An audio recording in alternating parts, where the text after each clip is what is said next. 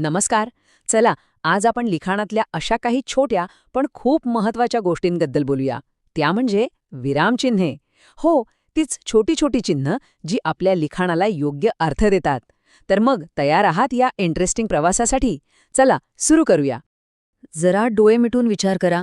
तुम्ही अशा रस्त्यावर आहात जिथे ना सिग्नल आहेत ना नियम. सगळीकडे गाड्यांचा गोंधळ, कोण कुठूनही येतंय, कुठेही जातंय. काय होईल? सगळा गोंधळच गोंधळ होईल नाही का? अपघातच होतील.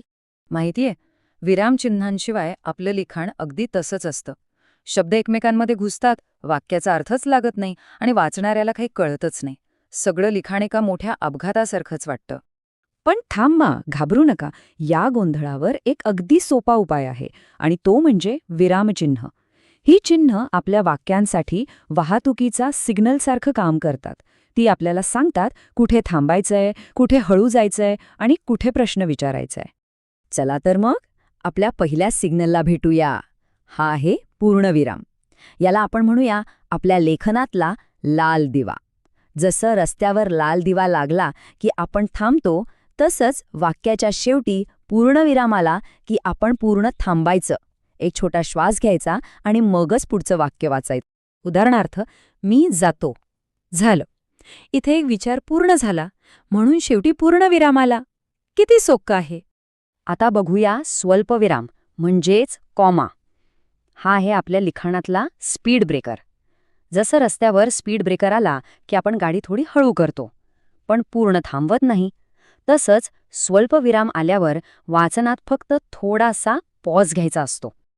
अच्छा, मग हा स्पीड ब्रेकर वापरायचा कुठे? सोपं आहे.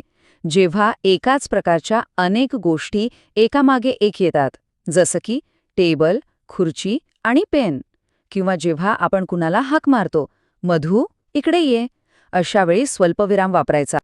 आपला पुढचा सिग्नल तर सगळ्यांनाच माहितीये, बरोबर? प्रश्नचिन्ह. याचं काम अगदी सरळ आणि सोपं आहे.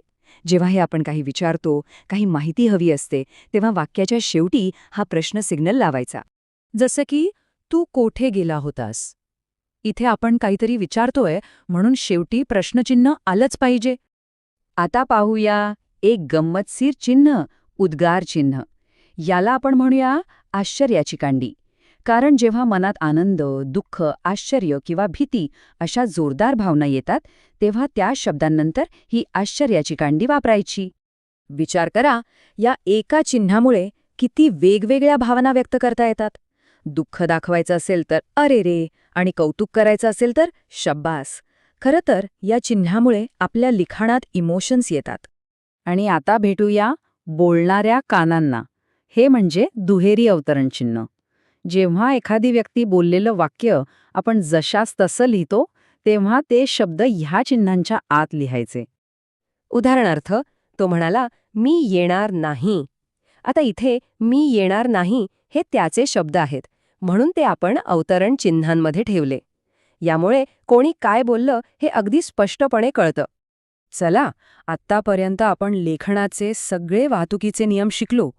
मग काय, आता एका छोट्या ड्रायव्हिंग टेस्टसाठी तयार आहात का? बघूया तरी हे नियम आपल्याला किती छान वापरता येतात. हे आहे तुमचं पहिलं आव्हान. मी एक वाक्य वाचतो, नीट ऐका.